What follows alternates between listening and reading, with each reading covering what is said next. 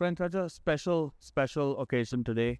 Um, so happy to have this session with Robin and Ranjit, who are two of my favorite poets and favorite people, really. Um, Robin Ngangom is a bilingual poet and translator who writes in English and Manipuri.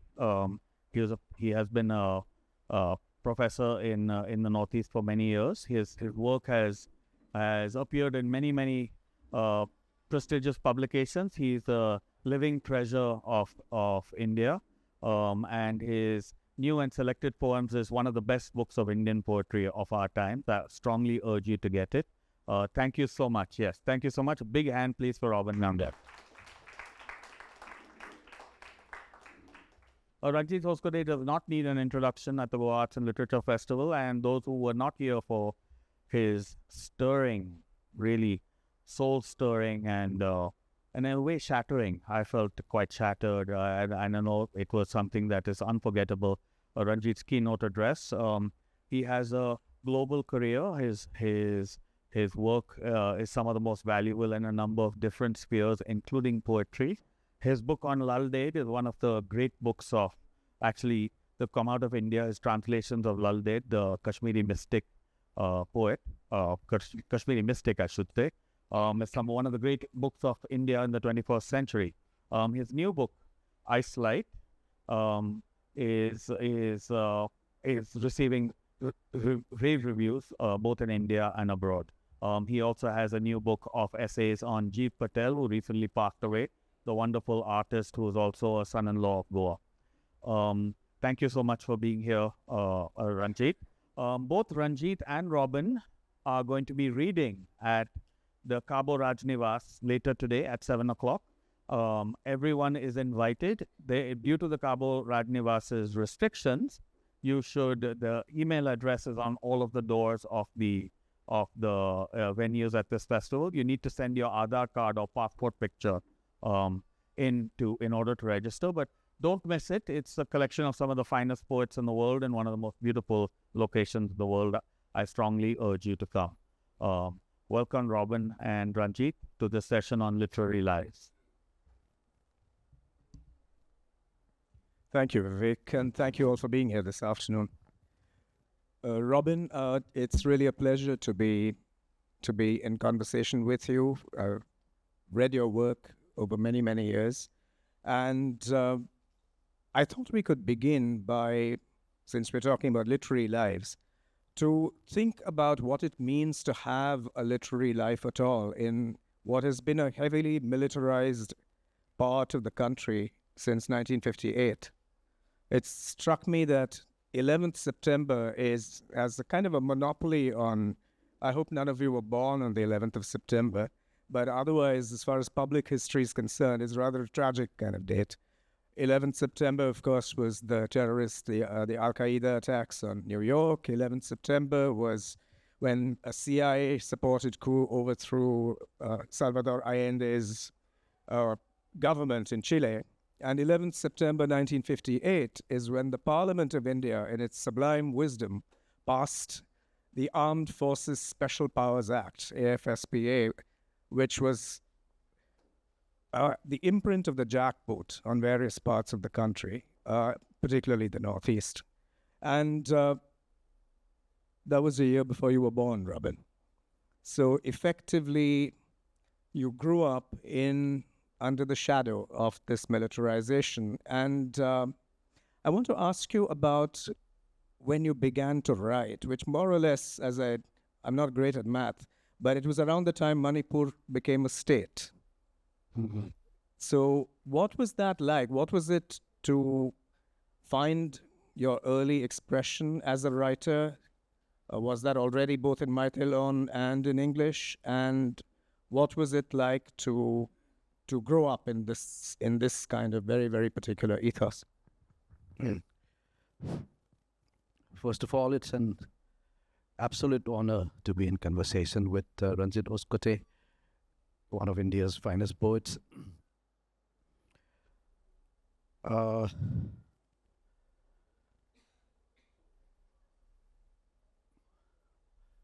'70s, I think, That's when I began to write. But then, as I'm sure it happened to many of us, I was a dreamy-eyed adolescent and was not really conscious of, you know, um,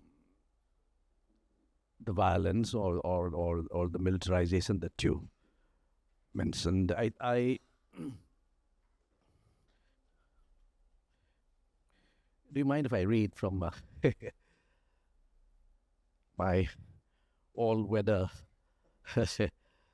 autobiographical piece? So this is what I wrote. But this was written about, how long has it been? About 15, 20 years ago, and I might have changed my views then. Sorry, yeah, because I'm a very slippery character. I wrote my first faltering line in the relative innocence of childhood. I was about 11 or 12 years old then, and caught as I was in the flush of youth, I wanted to explore the world by writing ornate and sentimental poetry. Since life was ignoring me, or maybe it was me who ignored life, so since life was ignoring me, I thought I could engage the attention of kindred hearts through friendly and soft-hearted verse. And naturally, my poems were mostly inspired by romances and adventure stories, especially the 1001 Nights. But it was essentially dreamy-eyed adolescent stuff. I still haven't grown out of it. One favorite poem of mine began with the line, "The boy stood on the burning deck." That well-meaning world is no longer recognizable now. The sacred landmarks have disappeared long since.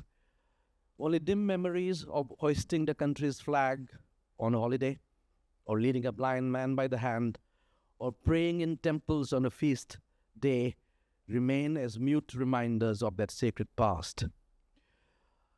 Manipur, my native place in northeast India, is in a state of anarchy. And this, as I mentioned, was written about 15, 20 years ago. Nothing has changed. And my poetry springs from the cruel contradictions of that land. Manipur boasts of its talent in theatre, cinema, dance, and sports. But how would you trust your own people when they entrust corruption, AIDS, terrorism, and drugs to their children? Naturally, the Manipur that I ritually go back to from the laid-back hill town of Shillong. I've been living in Shillong, I'm sure some of you have heard about Shillong, or Cherrapunji, the wettest place on earth. So, from the laid-back hill town of Shillong, every year is not the sacred world of my childhood, because childhood took place free from manly fears, when I had only my mother's love to protect me from knives, from fire, and death by water. I wore it like an amulet. Childhood took place among fairies and were-tigers, when hills were yours to tumble, before they became soldiers of barracks and dreaded chambers of torture. Childhood took place before your friend worshipped a gun to become a widow maker. Okay, well that, yeah. Yeah, it puts you into a really somber kind of mood because, as you say, not only have things not changed, they've got much worse. But as you also said, when you think of culture in Manipur, certainly for me, it's strongly associated with Ratan Thiam's work.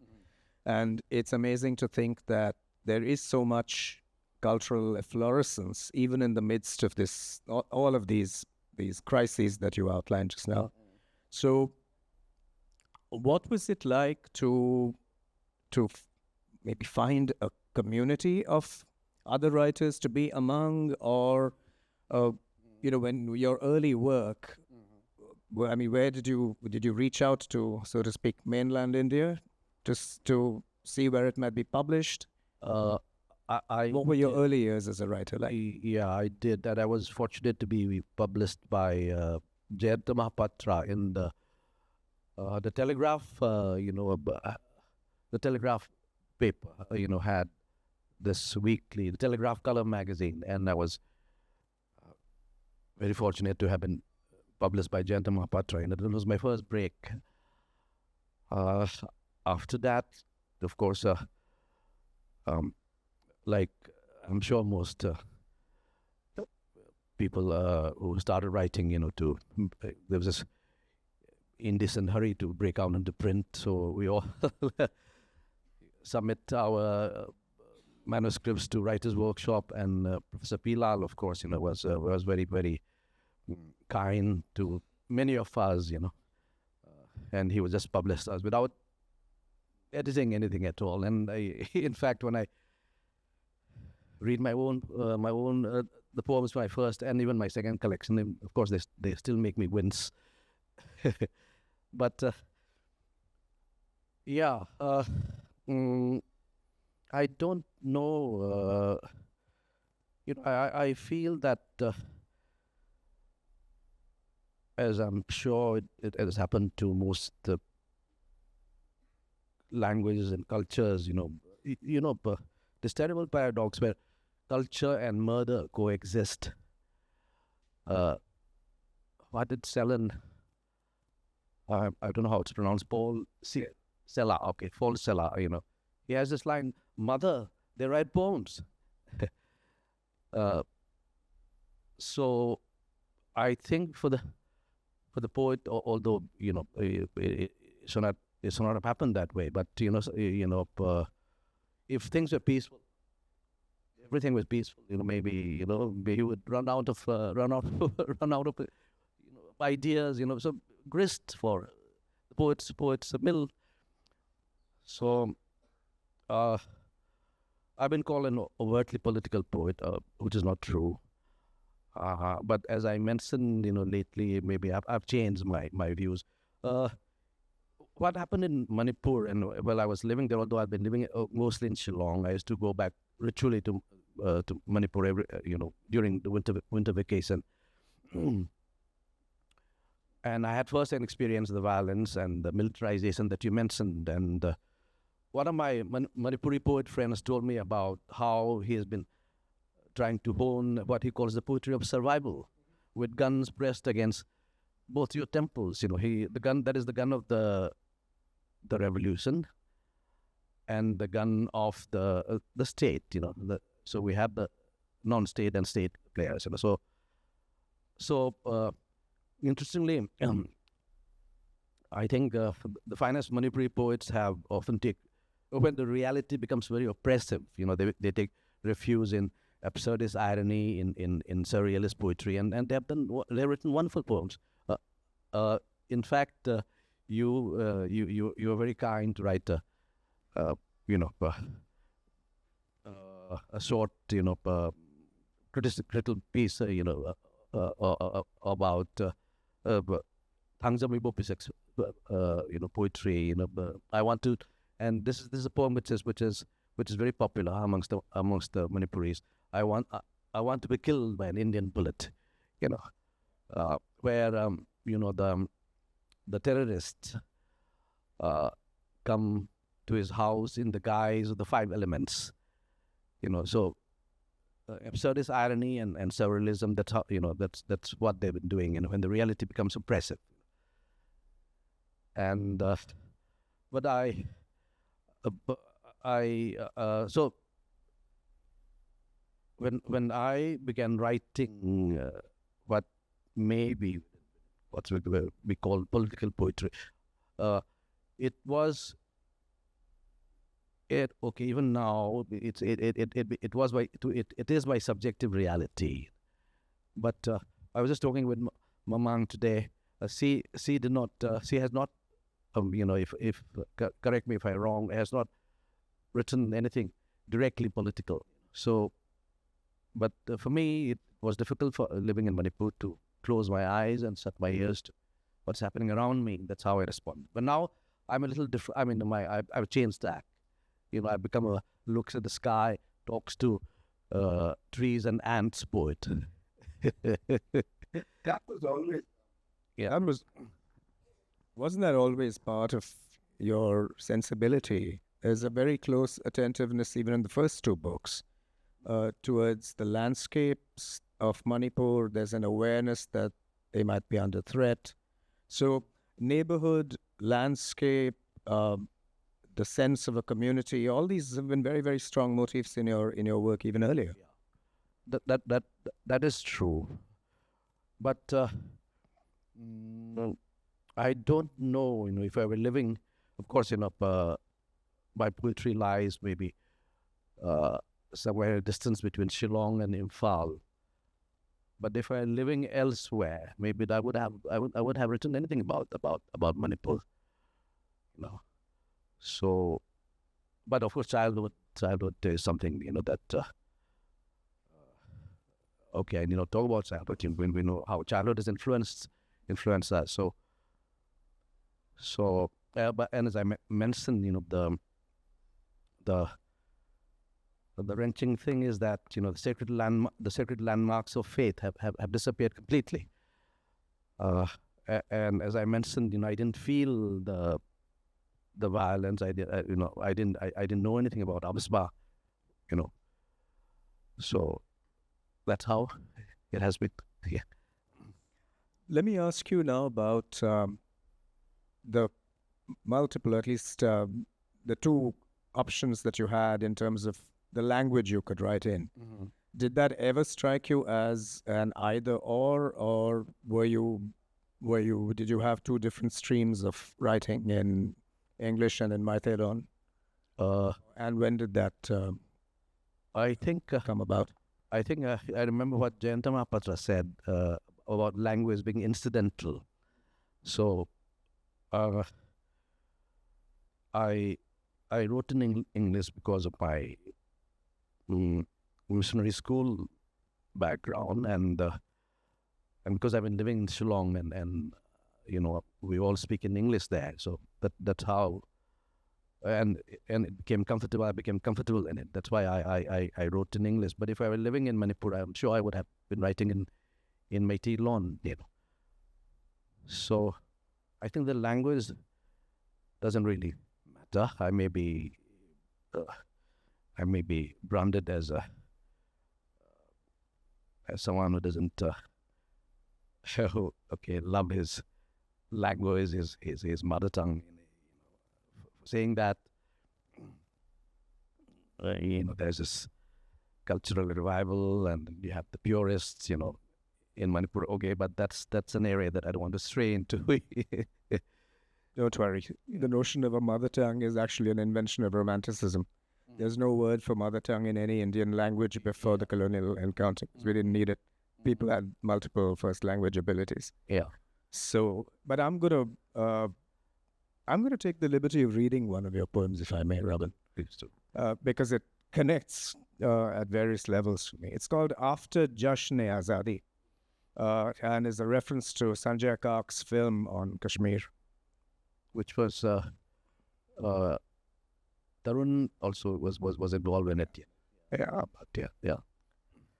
The kite transforming into smoke, lacing the chinars is not a symbol. The rose has migrated from the garden of paradise. Freedom will never come. Poured into goblets waiting to be raised, martyrdom is a handout from the hagiographer. Only poetry of ruins is real. The incoherent rose still blooms from some beloved breast torn open. Well, yeah, thank you. And the reason I thought I'd read this from your, as it were, from your divan, is to also ask you about how do you form these connections and solidarities with other situations that resonate for you? Because they seem the structural violence, the possibility of renewal, all that seems to obviously speak very deeply to you. What's happening in Manipur, what's happening in Kashmir, for instance. Yeah. That's okay. That's one of the reasons. But I think it has also to do it by my romanticism, if one may use that word, and it has to do with listening to ghazals and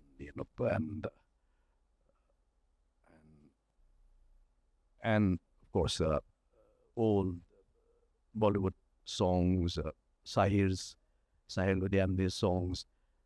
So it would definitely be part of this romantic connection, and of course finding some kind of solidarity with oppressed people all over the world. Although I to borrow a phrase from Adam Zagayevsky, I'm always torn between solitude and solidarity. I prefer solitude, but can I read a companion piece, about Kashmir? And I've regretted it ever since. I got a chance to go to Kashmir years ago, but I couldn't. And this is a reference to, is it the Mughal garden, Shalimar? Yeah, Shalimar.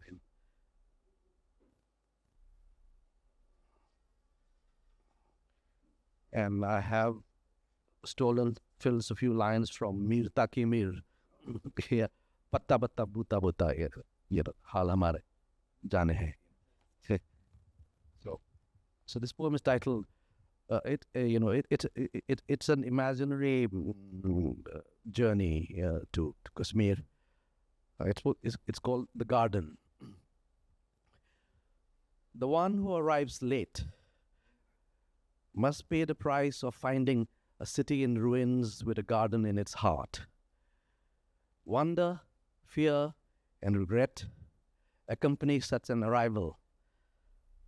Like the one who falls in love but meets the beloved late, bearing a stone's weight on the circumspect heart, despite the hypnotic attraction of ruins. He will embrace her who strangers have, drink from lips others have kissed. The others have been here when the city was being built, partaking in its revelries, only to abandon the destroyed city so that they can soar as archangels in search of young, voluptuous cities. But he will paint wretched pictures of boats moored to silence, and when he asks his guide of ruins, who lived in this house, this city, he will get the reply, love. Every leaf, every shrub in the garden knows his heart's condition.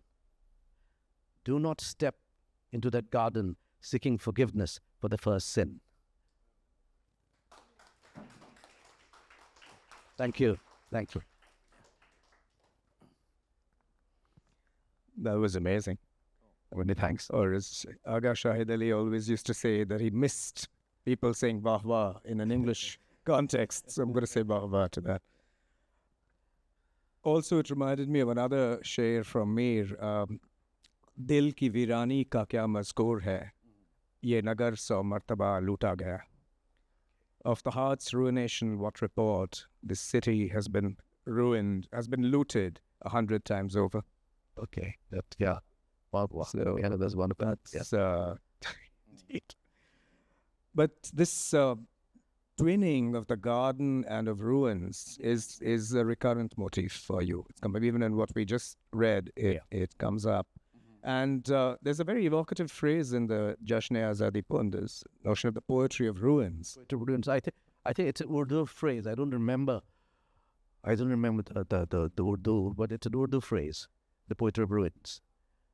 Yeah, I Shahr-o-Shob. It was a genre about the destruction of cities, which came about after, in the wake of the Ahmad Shah Abdali invasions. Okay, That's true. But this is marvelous. I mean, it's a motif that comes up from one part of the subcontinent, and then it speaks to you. So how did you discover it? What was your journey towards this?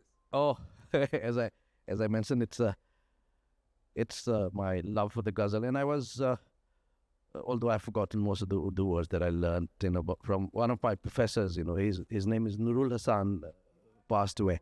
Yeah, Anjum's father, Anjum Hassan's father, uh, Firaq Gorakhpuri was his teacher actually, and he translated Firaq's poems.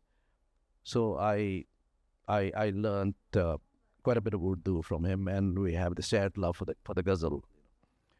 And and I think I followed Aga Sahid Ali's advice as how to, because during those days we couldn't pronounce, so Ghazal in English would be ghazal, we say it's very heavy. So I think Aga Sahid Ali said it's a big ghazal, like. So then so as I mentioned, the ghazal, and you'd be surprised that many of us from the Northeast, where grew up with songs from old Bollywood films, so that's why how we made that connection actually. And when I was in Imphal, before I came to Shillong, I didn't have a word of Hindi, but I heard the movie songs, and I'm sure whenever I try to sing songs, I'm sure I got everything wrong, Yeah. Robin, it might be a good moment to actually read some of the poems. Yeah. Could I invite you to maybe read 3 poems, and then we'll... Okay.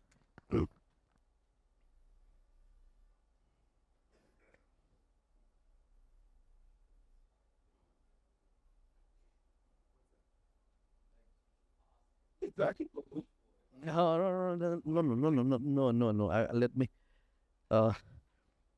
Can I read something about Myanmar?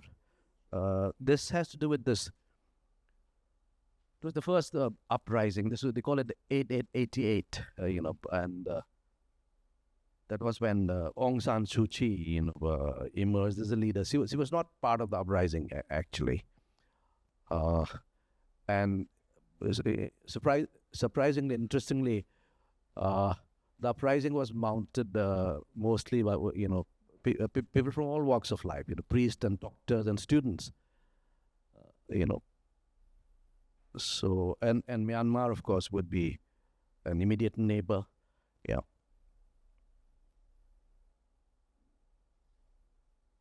And there's a reference to Pablo Neruda, who was in Burma.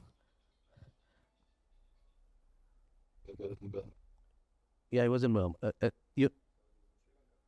No, before that he was in Burma, and actually he had a Burmese girlfriend, Anglo-Burmese girlfriend. Her was Josie Bliss, his terrible name. Anyway, so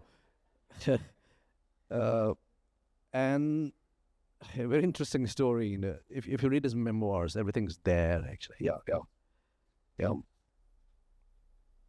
She became insanely jealous of him, and he wrote saying that she used to guard him at night with a dagger in her hand, and he calls her a love-stricken terrorist. And it's a very sad story.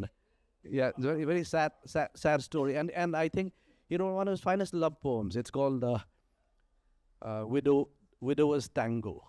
That's a wonderful poem, beautiful poem. And he was he was fearing for his life, and he fled to Sri Lanka. And she came following him. Yeah. She came following him on a ship, and with a sack of rice, and very innocent, woman, and thinking that rice isn't grown anywhere else in the world.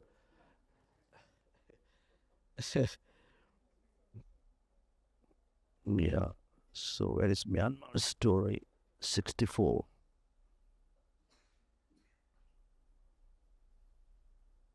Myanmar story. That country where I return in memory to dim travels of a child, where serpentine roads of a long war send me to its twilight borders, to its fair women with raven hair and sandalwood breast, its poor rice fields and hills rain-bound, and monasteries old in wisdom. That journey was made some time ago, as only wistfulness would allow. Once a poet explorer from equatorial distances, with unknown blood singing in his heart, walked its streets, marveled at its strange gods, loved anxiously, and discovered loneliness. But these are darker days, my love. Mixing love and politics is a technique that I stole from Neruda. So, poems addressed to, again, an imaginary, beloved. But these are darker days, my love, when freedom has become a rare metal that must be mined from cruel intelligences. There is nothing more bitter than hearts of men without a country. Many of them came fleeing to India, to most states of the Northeast, and in Delhi, they had their own radio, channel, and of course, Mizima News, was published mostly from Delhi. They also held an exhibition, I remember, and a painting titled "A Senseless Crushing of Flowers" was put on display, and there's a reference to that painting. There's nothing more bitter than hearts of men without a country, more terrible than the exile of young men and women who only want to make their people see with words, not guns, pleading with indifferent countries, protesting with colors and alphabets against a senseless crushing of flowers. I'm telling the story of Myanmar and its brave daughters deserted by the big brothers of the West, and democracy weeping in its tropical forest. I speak of incessant tears hidden in the folds of intoxicating freedom. Listen, love, to Burma's story. Once the East's pearl, now the bauble of democracy. The elusive white man's cross that natives carry, causing its physicians, students, and priests to mourn their native land's fate, to sing fugitive songs around the world, hoping only songs will preserve fragile sanity in a mad country where bandits come riding in tanks to greet its citizens, generals enslaved by their own horrors, purging their terrors by uprooting fields and gardens, exterminating before things could grow into nightmares. My love, in my dream where they tear a green heart from the hill's ribs in steamy jungles, for the idle whites swooping on Rangoon, who will take away jade souvenirs to remind themselves of a subject race, I carried you across slopes of my war-torn mind, leaving furrows of lead and put flaming orchids in your bridal hair.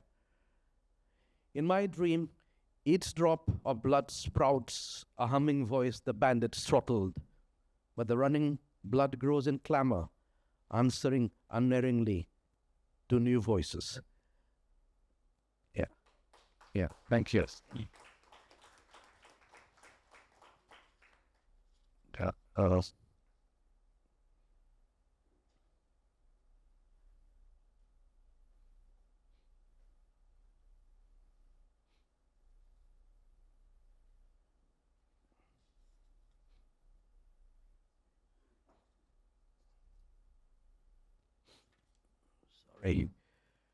Oh. This is a poem about my student days in Shillong. It's titled During Easter 24.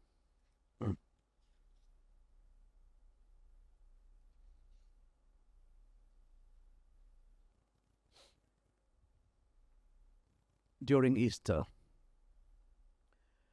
Winter languishes in the street like an old man who refuses to stir.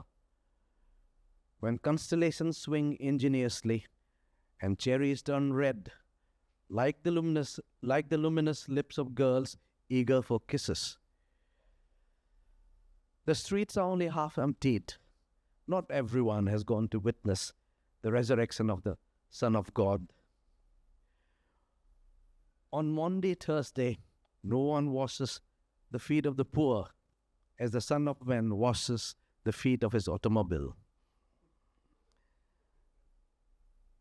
But the miracle is here on earth, as flesh and blood celebrate the wonder of meaningless life. In the acridness of tear-filled rain falling from already sleepy skies, and yesterday's bitterness fades the moment you forgive every bastard and whore, and only thanksgiving follows the shock of being alive. On Easter Sunday, walk in the wind that lingers in your hair, or stand immobile like a grey carving in the public square after squandering your last rupee on a bottle, and laugh at the Son of Man who anoints his car. Under Easter stars, listen to the haunted organ lifting a ghostly hymn, and pray with a Paschal candle in your heart for the sorrow of the woman shut out from a church. Okay, that's it. Yeah. Thank you. Well, I think I put about 10 minutes.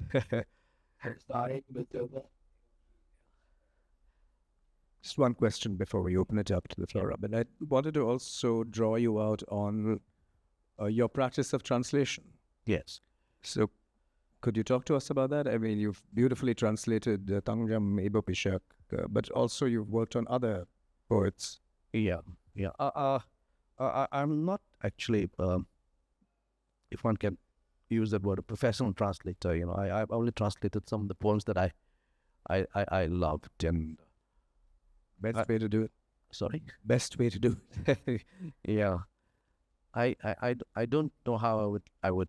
I mean, I know next to nothing about translation studies, and I don't know how I would look at translation. But I also like, although I'm far from proficient in English, how we have appropriated, or I won't use the word misappropriated, appropriate the colonizers' language, you know, and I think now they have to accept, you know, the kind of English that, especially what I write, you know, because someone said that my poetry read like translations, because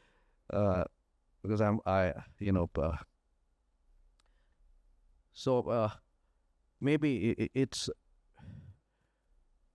we talk about decolonization and many other things, but for me it's maybe it becomes a form of resistance, actually, translating. Yeah. I showed some of my translations to an American friend and a British friend, and they said the lines are embedded in local culture. I said so what? And you have to learn something about us. When we were reading the English British poetry, we have to learn about the Romantic poets, about the Lake District, and so many things about them. Why can't you do the same? You know. So it's some kind of resistance. You know. I mean, that's how I would look at it now. You know. Yeah.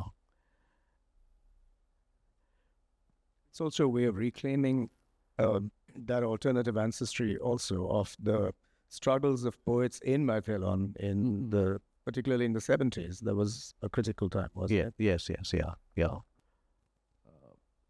Tangjam Ibopisak, and there's another poet, a very fine poet called Yumleme Bumcha, and others. They were known as the Angry Young Poets. So that's when the first wave of modernism, came to Manipur. And these are the poets that I mentioned, you know, who now take refuge in in absurdist irony and yeah, and surrealist stuff. Yeah. Would you like? Shall I read a Yeah. Okay, let me do that. I want to kill the bullet. Been done to death, actually.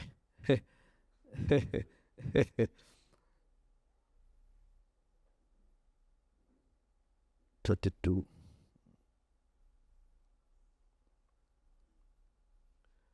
I want to be killed by an Indian bullet. I heard long ago that they came looking for me. They came in the morning, in the afternoon, at night too. My children told me, my wife told me. One morning, they entered my drawing room, all 5 of them. Fire, water, air, earth, sky are their names. They can create men, also destroy men on a whim. They do what they please, being the very avatars of might.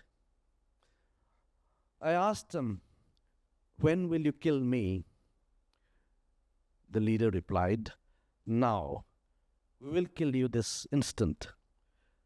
Today is indeed auspicious. Go, say your prayers. Have you bathed? Have you had your meal? But why kill me? What is my crime?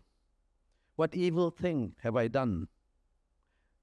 Again, I pleaded with them. Are you a poet who pens gobbledygook and drivel? Or do you fancy yourself a seer with oracular powers? Or are you a maniac? Asked the leader. I know that I am neither of the first two beings. I can't be sure about the last one. And how can I myself know whether I am deranged or not? The leader said, be whatever you please. We are not concerned about this or that. We'll go ahead and kill you this instant. Our mission is to kill. I ask, but what method will you use to kill me? Would you cut me with a knife, shoot me, or club me to death? We will shoot you. What is the make of the gun with which you shoot me? Is it made in India or in another country? Only foreign made. All our guns are made in Germany, Russia, or China. We don't use guns made in India. Forget quality guns. India can't even make decent plastic flowers. When there's a demand for plastic flowers, India can only manufacture toothbrushes. I said, why, that's a good thing. What use are plastic flowers without fragrance? The leader said, who keeps toothbrushes in vases to do up a room? In life, a little beautification has its place indeed. Whatever the issue, if you must shoot me, please shoot me with a gun made in India. I don't want to die from a foreign bullet. You see, I love India very much. That's ruled out. Your wish cannot be granted. Don't ever mention Bharat to us. Saying this, they left without killing me, as if they didn't do anything at all. Being picky about that, I escaped with my life. I thank you. I think we're almost out of time. I think, yeah. Do we have time for a couple of questions? Oh, no. Question? I have a question. So the first time, it requires a little explanation, but the first time I encountered Robin's name was in a book which is somehow not republished or in India. It was called Gwalia and Khassia at the time, and it was published in India. It's a very wonderful book about Meghalaya and written by a Welsh poet by the name of Nigel Jenkins. And it was republished as Through the Green Door or something like that in India. but disappeared. And I'm not exactly clear on why, but there are three kind of disheveled rock stars, poets, who are Nigel Jenkins, accountant, Robin Ngangom, Kinfarm Singh Nongkinri, and I think Desmond Karmaflam. And so they have these wonderful adventures. And what you got in the sense of that book, and then soon after when I met Robin, was that in fact the time I met Robin, Jeet Thayil has just done his first anthology of great anthology of Indian poets, had excluded all of the poets in the Northeast. I think there was zero from the Northeast. No, I think Mama was there. Mamang may have been there, but certainly Robin and Kinfam were not. And they produced a kind of a response to that called Dancing Earth, which has got 50 or 60 poets. Each one of them is equally good as the poets' apologies, as in Jeet Thayil's anthology, a mind-blowing anthology. Idea at that point was kind of at the margins of this dominant idea. You are almost lost. People are not paying attention. There. To go from there to where we've arrived today. I mean, you've just won a prize, a major prize. You're celebrated. There's a kind of an ironic trajectory in a way. How does it feel to have gone through that? In your own lifetime, to be kind of what does it say about our times? No, that's a difficult question. I don't know if there's any sense of arrival. I don't know. I don't think it was anything deliberate on the part of Jeet and others.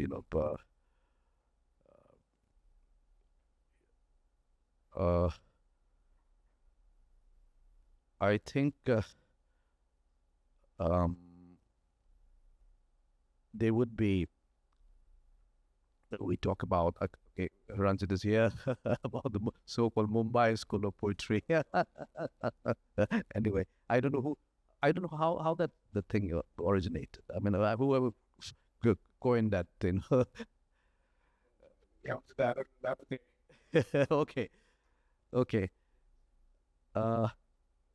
But I think you read Mamang and other poets from the Northeast, Farm and Desmond and others. I think what is also important is you need to, when you read our poetry, you need to know a little about. I was talking about the British and American poets. They take things for granted. So you need to be a little curious. You need to read a little about our history, about our stories, about our culture and our traditions. Otherwise, you'll not be able to maybe appreciate or have a better understanding of the kind of things that we've been trying to do. Although, most of us are rooted, but I think at the same time, we also belong to the larger fraternity. So in other words, I'm sure we have also dealt with universal themes. So it wouldn't be right. But as I said, I don't blame the poets from the mainland, because they also have their own stories, their own politics, their own problems to grapple with, So I have to say this is part of the reason why we started the Goa Arts and Literature Festival, because we already kind of had a bit of a chip on the shoulder here, but we encountered these are actually, I'm not sure I buy this whole angle about you being so rooted that it's difficult to assess it. I want to turn to Ranjit on that one, because actually your work and many of your poets actually hard-edged modernist. It has certain tones of reference, but and you all write in English. Most of you write in English. There's really no excuse to be made that this is some kind of a regional phenomenon. What do you say about that, Ranjit? I agree. There is no excuse. And as anthologists, a number of us have been guilty of these exclusions. And I think it has to do with what you might want to call a certain circulation. you're familiar with certain poets who recur in journals or publish. In those days, it's not even like we published frequently, but the same kinds of circles, communities, platforms, journals, and yeah, there has been.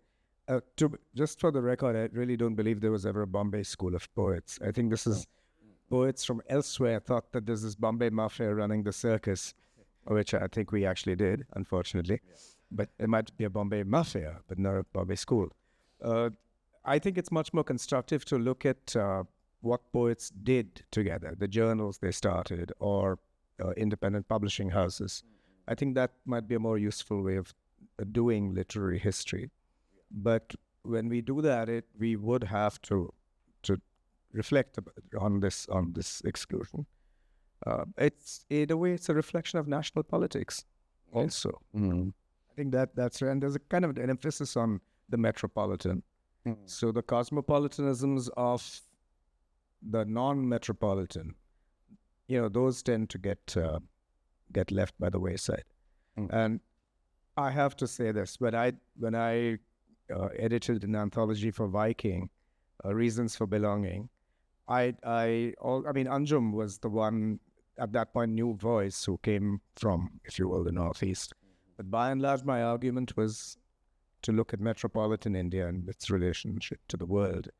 And we all have to go through some kind of conversion experience to look at what's going on elsewhere. So I think that came for me through the visual arts, when I interacted with the Desire Machine Collective and Guwahati and Periphery. And it was also a way of aligning my politics, which firmly privileged all the so-called margins with my aesthetic preferences. So I think we all go through these processes of self-criticism. Yeah.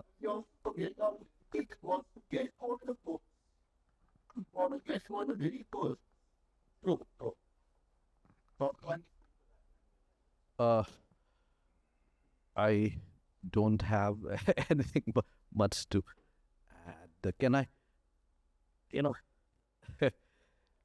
Can I read a few short pieces, a few impure haiku? Please. June's yellow-green leaves deceiving me with autumn. Ashes from Auschwitz. It rains all the time in Shillong, so there's a poem about rain. Rain drips away in the heart room. Photo or book, which one to rescue? And there's not a haiku. Let me try to remember it from memory. The little songbird. Although December silenced her, the little songbird wanted nothing for her song. Okay, that's it. Yeah. Thank you so much. I'd like to add one note because of what Ranjit was talking about, the metropolitan angle, and what Robin has mentioned again and again. Somehow, this has troubled me a little bit in the last 5, 7, 8 years, is that Robin's specific ethnicity has been kind of stressed. Like, you are Manipuri poet somehow. And Manipuri identity is, of course, a very big part of this. But actually, I think the way to understand it, certainly the way I understand it, is actually Shillong. And these are actually metropolitan artists of very high caliber. And what is very clear to me, I mean, Shillong is far more fertile than Guwahati, for example, in the history, in the context of the 20th century. And I have an essay about this, apologies. But we often talk about places, locuses of globalization, of modernity, of being the modern Indian, in places like Bangalore, right? So Bangalore in particular, I contrasted in this essay, Bangalore and Shillong.